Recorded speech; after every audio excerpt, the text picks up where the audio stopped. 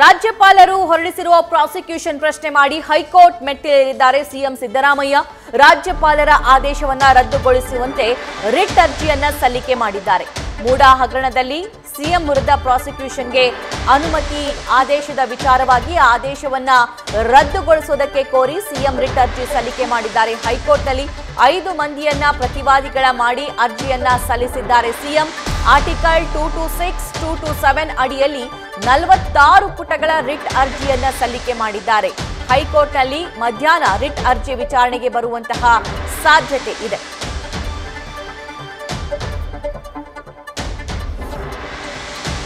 ಕಾರಣ ಒಂದೇ, ರಾಜ್ಯಪಾಲರು ಹೊರಡಿಸಿರುವಂತಹ ಪ್ರಾಸಿಕ್ಯೂಷನ್ನ ಆದೇಶ ವಾಪಸ್ ಪಡಿಬೇಕು ಅನ್ನೋದು. ಆದರೆ ಕೊಟ್ಟಿರುವಂತಹ ಕಾರಣ ಹಲವಾರು. 46 ಪುಟಗಳ ರಿಟ್ ಅರ್ಜಿಯನ್ನ ಇವತ್ತು ಹೈಕೋರ್ಟ್ಗೆ ಸಲ್ಲಿಸಿದ್ದಾರೆ ಸಿಎಂ ಸಿದ್ದರಾಮಯ್ಯ ಅನ್ನುವಂತಹ ಮಾಹಿತಿ ಲಭ್ಯವಾಗ್ತಾ ಇದೆ. ಹಾಗಾದ್ರೆ ಆ ಅರ್ಜಿಯಲ್ಲಿ ಇರುವಂತಹ ಪ್ರಮುಖ ಅಂಶಗಳ ಕುರಿತಂತೆಯೂ ಕೂಡ ಮಾಹಿತಿಯನ್ನ ನೋಡ್ತಾ ಹೋಗೋಣ. ಈ ಬಗ್ಗೆ ಮತ್ತಷ್ಟು ಮಾಹಿತಿಯನ್ನ ನಮ್ಮ ಸೀನಿಯರ್ ಕರೆಸ್ಪಾಂಡೆಂಟ್ ವಿಷ್ಣು ಪ್ರಸಾದ್ ನೀಡ್ತಾ ಹೋಗ್ತಾರೆ. ವಿಷ್ಣು ಪ್ರಸಾದ್, ಅರ್ಜಿಯಲ್ಲಿ ಏನಿದೆ ಅಂತ? ಕಾರಣ ಇರೋದು ಒಂದೇ, ರಿಟ್ ಅರ್ಜಿಯನ್ನ ಆದೇಶವನ್ನ ವಜಾ ಮಾಡಿ ಅನ್ನೋದು. ಆದರೆ 46 ಪುಟಗಳಲ್ಲಿ ಅವರು ಕಾರಣವನ್ನ ನೀಡಿದ್ದಾರೆ, ಅರ್ಜಿಯನ್ನ ಸಲ್ಲಿಕೆ ಮಾಡಿದ್ದಾರೆ. ಹಾಗಾದ್ರೆ ಏನೇನು ಉಲ್ಲೇಖ ಆಗಿದೆ? ಖಂಡಿತ ಸಭಾ, ಈಗಷ್ಟೇ ಸಿದ್ದರಾಮಯ್ಯರ ಪರ ವಕೀಲರು ಅದರಲ್ಲೂ ಶತಬಿ ಶಿವಣ್ಣ ಅವರಿಗೆ ಅರ್ಜಿ ಸಲ್ಲಿಸುವಂತಹ ಕೆಲಸವನ್ನು ಮಾಡಿದರೆ. ಈಗ ಅರ್ಜಿಯನ್ನ ವಿಚಾರಣೆಗೆ ಸಂಬಂಧಪಟ್ಟಂತೆ ಇನ್ನೂ ಕೂಡ ಟೈಮ್ ನಿಗದಿಪಡಿಸುವಂತಹ ಕೆಲಸ ಆಗಿಲ್ಲ. ಆದ್ರೆ ಇದರ ನಡುವೆ ಇನ್ನೊಂದು ಅಂಶವನ್ನು ನಾವು ಗಮನಿಸ್ತಾ ಹೋಗ್ಬೋದು.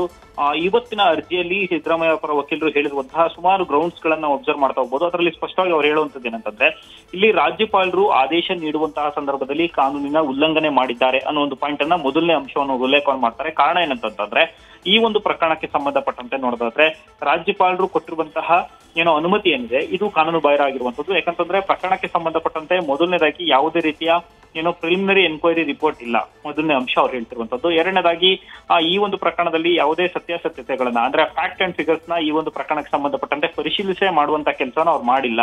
ಹೀಗಾಗಿ ನೇರವಾಗಿ ಅವರು ಅನುಮತಿ ಕೊಡುವಂತ ಕೆಲಸವನ್ನು ಮಾಡಿದರೆ ಇದರ ಒಂದ್ ಕಡೆ ರಾಜಕೀಯ ದುರುದ್ದೇಶ ಅನ್ನುವಂಥದ್ದು ಮತ್ತೆ ಪೊಲಿಟಿಕಲ್ ಮಾಲಿಫೈಡ್ ಅನ್ನೋ ಪಾಯಿಂಟ್ ಅನ್ನ ಅವ್ರು ಉಲ್ಲೇಖ ಮಾಡ್ತಾರೆ. ಇನ್ನ ಅವ್ರು ಕೊಟ್ಟಿರುವಂತಹ ಗ್ರೌಂಡ್ಸ್ ನೋಡೋದಾದ್ರೆ ಮೊದಲನೇದು ಇದರಲ್ಲಿ ನ್ಯಾಚುರಲ್ ಆಫ್ ಜಸ್ಟಿಸ್ಗೆ ವಿರುದ್ಧವಾಗಿದೆ. ಅಂತಂದ್ರೆ ನ್ಯಾಯಯುತವಾಗಿ ಸಾಮಾನ್ಯ ಕಾನೂನಿಗೆ ಇದು ವಿರುದ್ಧವಾಗಿರುವಂತಹ ಅಂಶ ಅನ್ನೋದು ಮೊದಲನೇ ಪಾಯಿಂಟ್ ಅನ್ನು ಉಲ್ಲೇಖ ಮಾಡ್ತಾರೆ. ಮತ್ತೆ ಸಂಪೂರ್ಣವಾಗಿ ಕಾನೂನಿನ ಉಲ್ಲಂಘನೆಯನ್ನ ಗವರ್ನರ್ ಅವರು ಮಾಡಿದ್ದಾರೆ. ಮತ್ತೆ ಅನುಮತಿ ನೀಡುವುದೇ ಕಾನೂನು ಬಾಹಿರವಾಗಿರುತ್ತದೆ. ಜೊತೆಗೆ ಪೂರ್ವಭಾವಿಯಾಗಿ ಈ ಪ್ರಕರಣಕ್ಕೆ ಸಂಬಂಧಪಟ್ಟಂತೆ ಏನ್ ದೂರುದಾರರು ಕೊಟ್ಟಂತಹ ಅರ್ಜಿ ಏನಿದೆ ಅದರ ಸತ್ಯಾಸತ್ಯಗಳನ್ನ ಪರಿಶೀಲಿಸುವಂತ ಕೆಲಸ ಮಾಡಬೇಕು. ಅದನ್ನ ಮಾಡೋದು ಯಾರು? ಯಾವ್ದಾದ್ರು ತನಿಖಾ ಸಂಸ್ಥೆಗೋ ಅಥವಾ ಯಾವ್ದಾದ್ರು ತನಿಖಾಧಿಕಾರಿ ಅದಕ್ಕೆ ಸಂಬಂಧಪಟ್ಟಂತೆ ತನಿಖೆ ನಡೆಸಿ ವರದಿ ಕೊಟ್ಟಂತಹ ಬಳಿಕ ನೀವು ಮುಂದಿನ ಕ್ರಮವನ್ನು ಕೈಗೊಳ್ಳಬೇಕಾಗುತ್ತೆ. ಆದ್ರೆ ಇಲ್ಲಿ ನೇರವಾಗಿ ಅವರು ಅನುಮತಿ ಕೊಟ್ಟಿದ್ದಾರೆ ಅನ್ನೋ ಆರೋಪವನ್ನು ಮಾಡ್ತಾರೆ. ಜೊತೆಗೆ ನೀನು ಕೊಟ್ಟಿರುವಂತಹ ಅನುಮತಿಯಲ್ಲಿ ಕೂಡ ಅನೇಕ ಉಲ್ಲಂಘನೆಗಳನ್ನ ಮಾಡುವಂತ ಕೆಲಸನ ರಾಜ್ಯಪಾಲರು ಮಾಡಿದ್ದಾರೆ. ಮತ್ತೆ ಯಾವುದೇ ಅನುಮತಿ ಕೊಡೋದಕ್ಕೆ ಮುಂಚೆ ಬೇಸಿಕ್ ಪ್ರಿನ್ಸಿಪಲ್ಸ್ ಅಂತಂದ್ರೆ ಒಂದಷ್ಟು ರೂಲ್ಸ್ ಗಳು ಅಂಡ್ ರೆಗ್ಯುಲೇಷನ್ಸ್ ನಿಯಮಗಳೇನಿದೆ ಅದನ್ನ ಪಾಲಿಸುವಂತಹ ಕೆಲಸವನ್ನು ಕೂಡ ಇಲ್ಲಿ ರಾಜ್ಯಪಾಲರು ಮಾಡಿಲ್ಲ ಅನ್ನೋದು ಆರೋಪವನ್ನು ಮಾಡ್ತಾರೆ. ಅದಲ್ಲದೆ ಇವರ ಅನುಮತಿ ಕೊಡುವುದರ ಹಿಂದೆ ಹೊರಗಿನ ಪ್ರಭಾವವೇ ಹೆಚ್ಚಾಗಿದೆ. ಅಂತಂದ್ರೆ ಈಗಾಗಲೇ ಪೊಲಿಟಿಕಲ್ ರೈವಲ್ರಿ ಪಾಯಿಂಟ್ ಅಲಿಗೇಷನ್ ಇರುವಂತದ್ದು ಮತ್ತೆ ಬಿಜೆಪಿ ಕಾಂಗ್ರೆಸ್ ನಡುವೆ ಜಟಾಪಟಿ ನಡೀತಿದೆ. ಈ ಒಂದು ಪಾಯಿಂಟ್ ಅನ್ನು ಕೂಡ ಉಲ್ಲೇಖ ಮಾಡ್ತಾರೆ. ಮತ್ತೆ ಈ ಒಂದು ಪ್ರಕರಣಕ್ಕೆ ಸಂಬಂಧಪಟ್ಟಂತೆ ಸಿಎಂ ಕರ್ತವ್ಯ ನಿರ್ವಹಿಸೋದಕ್ಕೆ ಇದು ಅಡ್ಡಿಯಾಗುತ್ತೆ ಮತ್ತೆ ಅವರ ಗೌರವಕ್ಕೆ ಧಕ್ಕೆ ತರುವ ಸಾಧ್ಯತೆ ಇದೆ. ಯಾಕಂತಂದ್ರೆ ಪ್ರಿಲಿಮಿನರಿ ಎನ್ಕ್ವೈರಿನೇ ಮಾಡದಲ್ಲೇ ನೀವು ರೀತಿ ಅನುಮತಿ ಕೊಟ್ಟಂತಹ ಸಂದರ್ಭದಲ್ಲಿ ಇದು ಕರ್ನಾಟಕ ರಾಜ್ಯದಲ್ಲಿ ರಾಜಕೀಯ ಅಸ್ಥಿರತೆಗೆ ಮುಂದಿನ ದಿನಗಳಲ್ಲಿ ಕಾರಣ ಆಗ್ಬೋದು ಅನ್ನೋ ಪಾಯಿಂಟ್ ಅನ್ನು ಕೂಡ ಉಲ್ಲೇಖ ಮಾಡ್ತಿದ್ದಾರೆ. ಇದರ ಜೊತೆಗೆ ಸಾರ್ವಜನಿಕ ಹಿತದೃಷ್ಟಿಯಿಂದ ಈ ಒಂದು ಪ್ರಕರಣಕ್ಕೆ ಸಂಬಂಧಪಟ್ಟಂತೆ ಅಂದ್ರೆ ಕೊಟ್ಟಿರುವಂತಹ ಅನುಮತಿಗೆ ಮಧ್ಯಂತರ ತಡೆಯನ್ನ ಹೈಕೋರ್ಟ್ ನೀಡಬೇಕು ಅಂತ ಮೊದಲನೇ ಇಂಟರಿಮ್ ರಿಲೀಫ್ ಅನ್ನ ಕೇಳ್ತಾರೆ. ಜೊತೆಗೆ ಸಂಪೂರ್ಣವಾಗಿ ಅವರು ಕೊಟ್ಟುವಂತಹ ಅನುಮತಿ ಆದೇಶವನ್ನ ರದ್ದು ಮಾಡಬೇಕು ಅಂತ ಹೇಳಿ ಮನವಿ ಸಲ್ಲಿಸುವಂತಹ ಕೆಲಸವನ್ನ ಈಗ ಅವರ ಅರ್ಜಿದಾರ ಮೆನ್ಷನ್ ಮಾಡುವ ಅಂಶಗಳು ಇಲ್ಲಿ ಗ್ರೌಂಡ್ಸ್ ಗಳನ್ನ ಇದನ್ನ ಬಳಕೆ ಮಾಡ್ಕೊಂಡಿದ್ದಾರೆ. ಸಭಾ, ಮಧ್ಯಾಹ್ನ ಅರ್ಜಿಯ ವಿಚಾರಣೆ ಆಗುತ್ತೆ ಅನ್ನೋ ಮಾಹಿತಿ ಇದೆ ವಿಷ್ಣು, ಈ ಬಗ್ಗೆ ಹೆಚ್ಚಿನ ಡೀಟೇಲ್ಸ್? ಖಂಡಿತ ಸಭಾ, ಈ ರೀತಿ ಪ್ರಕರಣ ಬಂದಂತಹ ಸಂದರ್ಭದಲ್ಲಿ ಅಂತಂದ್ರೆ ಈ ರೀತಿ ಅರ್ಜಿಯನ್ನು ಸಲ್ಲಿಸಿದಂತಹ ಸಂದರ್ಭದಲ್ಲಿ ತುರ್ತಾಗಿ ತೆಗೆದುಕೊಳ್ಳಿ ಅಂತೇಳಿ ಅವರ ಪರ ವಕೀಲರು ಸಾಮಾನ್ಯವಾಗಿ ಕೋರ್ಟ್ ಮುಂದೆ ಬಂದು ಮನವಿ ಸಲ್ಲಿಸುವಂತಹ ಕೆಲಸವನ್ನು ಮಾಡ್ತಾರೆ. ಅದರಲ್ಲೂ ಪ್ರಮುಖವಾಗಿ ಪ್ರೊಫೆಸರ್ ರವಿವರ್ಮ ಕುಮಾರ್ ಅವರ ಟೀಮ್ ಇವತ್ತು ಮನವಿ ಸಲ್ಲಿಸುವಂತಹ ಕೆಲಸವನ್ನ ಕೋರ್ಟ್ ನಲ್ಲಿ ಮಾಡಿದೆ. ಆದ್ರೆ ಅದರಲ್ಲಿ ಹೇಳ್ತಿರುವಂತಹ ಅಂಶಗಳನ್ನ ನಾವು ನೋಡೋದಾದ್ರೆ ಸಾಮಾನ್ಯವಾಗಿ ಬೆಳಿಗ್ಗೆ ಅರ್ಜಿ ಸಲ್ಲಿಸಿದಂತಹ ಸಂದರ್ಭದಲ್ಲಿ ಯಾಕಂತಂದ್ರೆ ಅವ್ರು ಈಗ ಅರ್ಜಿ ಸಲ್ಲಿಸಿರುವಂತಹ ಹಿನ್ನೆಲೆಯಲ್ಲಿ ಸಾಮಾನ್ಯವಾಗಿ least of the last matter ಅನ್ನೋ ಒಂದು ನಿಯಮ ಇಲ್ಲಿ ಕೋರ್ಟ್ ನಲ್ಲಿ ಅಪ್ಲೈ ಆಗುತ್ತೆ. ಅಂತಂದ್ರೆ ಯಾವುದೇ ಒಂದು ಅರ್ಜಿಯನ್ನು ಈಗ ಸಲ್ಲಿಸಿದ್ರೆ ಇವತ್ತು ಮಧ್ಯಾಹ್ನ ಬರುವಂತಹ ಎಲ್ಲ ಅರ್ಜಿಗಳ ನಂತರ ಕೊನೆಯದಾಗಿ ಈ ಒಂದು ಅರ್ಜಿನ ಕೈಗೆತ್ತಿಕೊಳ್ಳುವಂತಹ ಕೆಲಸವನ್ನು ಮಾಡೋದಕ್ಕೆ ಕೋರ್ಟ್ ಮುಂದಾಗುತ್ತೆ. ಈ ಹಿನ್ನೆಲೆ ನೋಡಿದರೆ ಮಧ್ಯಾಹ್ನ ಸುಮಾರು 2:30 ಸಮಯಕ್ಕೆ ಈ ಒಂದು ಅರ್ಜಿ ವಿಚಾರಣೆ ಬರುವಂತಹ ಸಾಧ್ಯತೆಗಳು ಬಹುತೇಕ ಜಾಸ್ತಿ ಇದೆ. ಮತ್ತೆ ಇನ್ನೊಂದು ವಿಶೇಷ ಏನಂತಂದ್ರೆ ಈ ಪ್ರಕರಣದಲ್ಲಿ ಅಬ್ಸರ್ವ್ ಮಾಡೋದಾದ್ರೆ ಈಗಾಗಲೇ ಮೂವರು ಕೇವಿಯಟ್ ಸಲ್ಲಿಸುವಂತಹ ಕೆಲಸವನ್ನು ಮಾಡಿದ್ದಾರೆ. ಒಂದು ಪ್ರಕರಣದ ಅಂದ್ರೆ ಯಾವ್ದು ರಿಟ್ ಪಿಟಿಷನ್ ಸಲ್ಲಿಸಿದಂತಹ ಸಂದರ್ಭದಲ್ಲಿ ಕೇವಿಯಟ್ ಸಲ್ಲಿಸಿದಂತಹ ವೇಳೆಯಲ್ಲಿ ನಮ್ಮ ಆರೋಪಕ್ಕೆ ಅಂದ್ರೆ ನಮ್ಮ ವಾದವನ್ನು ಕೇಳಿ ಆ ಒಂದು ಪ್ರಕರಣಕ್ಕೆ ಸಂಬಂಧಪಟ್ಟಂತೆ ತೀರ್ಮಾನ ಕೈಗೊಳ್ಳಬೇಕು ಅಂತ ಹೇಳಿ ಕೇವಿಯಟ್ ಇದ್ದಂತಹ ವೇಳೆಯಲ್ಲಿ ಕೋರ್ಟ್ ಈಗ ಮೊದಲನೇದಾಗಿ ಸಿದ್ದರಾಮಯ್ಯ ಅವರು ಸಲ್ಲಿಸಿರುವಂತಹ ವಿಚಾರಕ್ಕೆ ಸಂಬಂಧಪಟ್ಟಂತೆ ಅವರ ಪರ ವಕೀಲರ ವಾದವನ್ನು ಆಲಿಸುವಂತಹ ಕೆಲಸವನ್ನು ಮಾಡುತ್ತೆ. ಅದಾದ ನಂತರ ಕೇವಿಯಟ್ ಸಲ್ಲಿಸಿರುವಂತಹ ಅರ್ಜಿದಾರರಿಗೆ ನೋಟಿಸ್ ಕೊಡುವಂತಹ ಕೆಲಸವನ್ನು ಮಾಡುತ್ತೆ.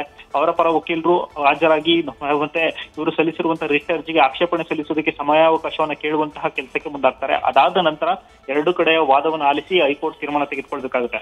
ಇನ್ನೊಂದು ವಿಶೇಷ ಏನಂತಂದ್ರೆ ಇದೇ ಪ್ರಕರಣದಲ್ಲಿ ಈಗಾಗಲೇ ನಾಳೆ ಜನಪ್ರತಿನಿಧಿಗಳ ನ್ಯಾಯಾಲಯದಲ್ಲಿ ಅರ್ಜಿಯ ತೀರ್ಪು ಅಂದ್ರೆ ಆದೇಶ ಕೂಡ ಹೊರಬೀಳುವಂತ ಸಾಧ್ಯತೆ ಇದೆ. ಕೋರ್ಟ್ ಇದನ್ನ ಕಾಗ್ನಿಸೆನ್ಸ್ ತಗೊಳ್ತಾ ಇಲ್ಲ 156(3) ಅಡಿಯಲ್ಲಿ ಇನ್ವೆಸ್ಟಿಗೇಷನ್ಗೆ ಆದೇಶ ಮಾಡ್ತಾ ಅನ್ನುವಂಥದ್ದು ಇಂಪಾರ್ಟೆಂಟ್ ಇದೆ. ಮತ್ತೆ ಆ ವೇಳೆಯಲ್ಲಿ section 19 of PC act prosecution permission ಬಗ್ಗೆ ಅಲ್ಲಿ ಕೋರ್ಟ್ ಕೂಡ ಪ್ರಶ್ನೆ ಮಾಡುವಂತ ಕೆಲಸವನ್ನು ಮಾಡಿತ್ತು.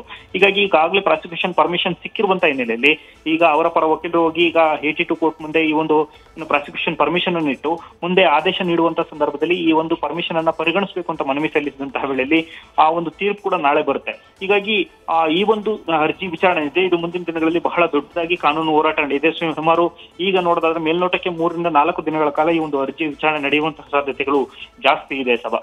ಅದರ ಜೊತೆಗೆ ವಿಷ್ಣು ಪ್ರಸಾದ್, ಇವತ್ತು ಮಧ್ಯಾಹ್ನ ಅಭಿಷೇಕ್ ಮನು ಸಿಂಘ್ವಿ ಹಾಗೂ ಕಪಿಲ್ ಸಿಬಲ್ ಬಹುತೇಕ ಕಾಂಗ್ರೆಸ್ನ ಅಡ್ವೊಕೇಟ್ಸ್ ಇವರು ಅಂತ ಹೇಳ್ಬೋದು, ಕಾಂಗ್ರೆಸ್ನ ರಾಜ್ಯಸಭಾ ಸದಸ್ಯರು ಕೂಡ ಹೌದು, ಮಧ್ಯಾಹ್ನ ಬರ್ತಿದ್ದಾರಂತೆ. ಅವರ ಜೊತೆಗಿನ ಚರ್ಚೆ ಬಗ್ಗೆ ಡೀಟೇಲ್ಸ್ ನೀಡ್ತಾ ಹೋಗೋದಾದ್ರೆ ಖಂಡಿತ, ಯಾಕಂತಂದ್ರೆ ಈಗ ಅವರು ಬಂದಿದ್ದಾರೆ ಅನ್ನೋ ಒಂದು ಮಾಹಿತಿ ಲಭ್ಯ ಆಗಿರುವಂತದ್ದು. ಜೊತೆಗೆ ಈಗಾಗಿನ ಅರ್ಜಿ ಸಲ್ಲಿಸುವಂತಹ ಕೆಲಸ ಈಗ ಆಗಿದೆ. ಅಂದ್ರೆ ಅರ್ಜಿ ಸಲ್ಲಿಕೆಯನ್ನು ಮಾಡುವಂತ ಕೆಲಸವನ್ನ ಪರ ವಕೀಲರು ಮಾಡಿದ್ದಾರೆ. ಅದರಲ್ಲಿ ಪ್ರಮುಖವಾಗಿ ಅವರು ಕ್ವಶನ್ ಮಾಡುವಂತದ್ದು ಏನಂತಂದ್ರೆ ಮೈನ್ 163 ಅಂದ್ರೆ ವೈಲೇಷನ್ ಆರ್ಟಿಕಲ್ 163 ಅನ್ನ ವೈಲೇಷನ್ ಮಾಡಿದ್ದಾರೆ. ಅಂತಂದ್ರೆ ರಾಜ್ಯಪಾಲರಿರುವಂತದ್ದು ರಾಜ್ಯ ಸರ್ಕಾರದ ಪ್ರತಿನಿಧಿಯಾಗಿ ಇಲ್ಲಿ ರಾಜ್ಯದಲ್ಲಿ ಇರುವಂತದ್ದು. ಜೊತೆಗೆ ಅವರಿದ್ದಂತ ಸಂದರ್ಭದಲ್ಲಿ ಸಚಿವ ಸಂಪುಟದ ಸಭೆಯಲ್ಲಿ ನಾವು ಈಗಾಗಲೇ ತೀರ್ಮಾನವನ್ನು ಕೈಗೊಳ್ಳುವಂತ ಕೆಲಸವನ್ನು ಮಾಡಿದ್ವಿ. ಇದು ಸುಳ್ಳು ಆರೋಪಗಳ ಮಾಡುವಂತಹ ದೂರ ಆಗಿರುವಂತದ್ದು. ಮತ್ತೆ ಈ ವಿಚಾರಕ್ಕೆ ಸಂಬಂಧಪಟ್ಟಂತೆ ಪ್ರಾಸಿಕ್ಯೂಷನ್ ಅನುಮತಿ ನೀಡುವ ಅವಶ್ಯಕತೆ ಇಲ್ಲ ಅಂತ ನಾವು ಈಗಾಗಲೇ ರಾಜ್ಯಪಾಲರಿಗೆ ಲಿಖಿತ ರೂಪದಲ್ಲಿ ಮತ್ತೆ ಕೆಲವೊಂದಷ್ಟು ಸೈಟೇಷನ್ ಗಳನ್ನು ಸಮೇತ ವರದಿಯನ್ನು ಕೊಡುವಂತ ಕೆಲಸವನ್ನು ಮಾಡಿದ್ವಿ. ಅದನ್ನ ಪರಿಗಣಿಸುವಂತಹ ಕೆಲಸವೇ ಈಗ ಆಗಿಲ್ಲ. ಹೀಗಾಗಿ ಈ ವಿಚಾರದಲ್ಲಿ ಇದು ಕಾನೂನು ಉಲ್ಲಂಘನೆ ಅನ್ನುವಂತಹ ಅರ್ಜಿಯ ಜೊತೆಗೆ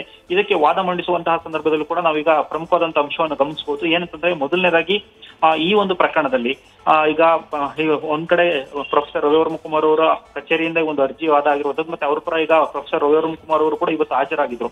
ಅದಾದ ಬಳಿಕ ವಿಶೇಷ ವಕೀಲರಾಗಿ ಹಿರಿಯ ಸೀನಿಯರ್ ಕೌನ್ಸಿಲ್ ಆಗಿ ಇವತ್ತು ಅದರಲ್ಲೂ ಪ್ರಮುಖವಾಗಿ ಅಭಿಷೇಕ್ ಮನು ಸಿಂಘ್ವಿ ಅವರು ಹಾಜರಾಗ್ತಾರೆ ಅನ್ನೋ ಮಾಹಿತಿ ಕೂಡ ಲಭ್ಯ ಆಗ್ತಿರುವಂತದ್ದು.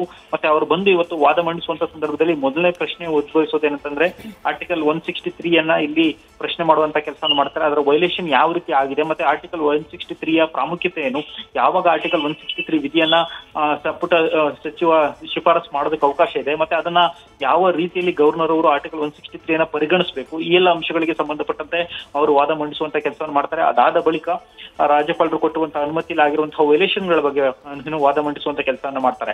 ಆ ನಂತರದಲ್ಲಿ ಕೋರ್ಟ್ ಇವತ್ತು ತೀರ್ಮಾನಿಸೋದಕ್ಕೆ ಬಹುತೇಕ ಸಾಧ್ಯತೆಗಳು ಡೌಟ್. ಯಾಕಂತಂದ್ರೆ ಈಗ ಕೇವಿಟ್ ಇರುವಂತ ಹಿನ್ನೆಲೆಯಲ್ಲಿ ಅವರ ಪರ ವಕೀಲರು ವಾದವನ್ನು ಕೇಳಲೇಬೇಕಾಗುತ್ತೆ. ಅದಾದ ನಂತರ ತೀರ್ಮಾನ ತೆಗೆದುಕೊಳ್ಳುವಂತ ಹಿನ್ನೆಲೆಯಲ್ಲಿ ಸುಮಾರು 2 ರಿಂದ 3 ದಿನಗಳ ಕಾಲ ಇದೊಂದು ಲೀಗಲ್ ಬ್ಯಾಟಲ್ ನಡೀತಲೆ ಅಂತ ಹೇಳ್ಬೋದು.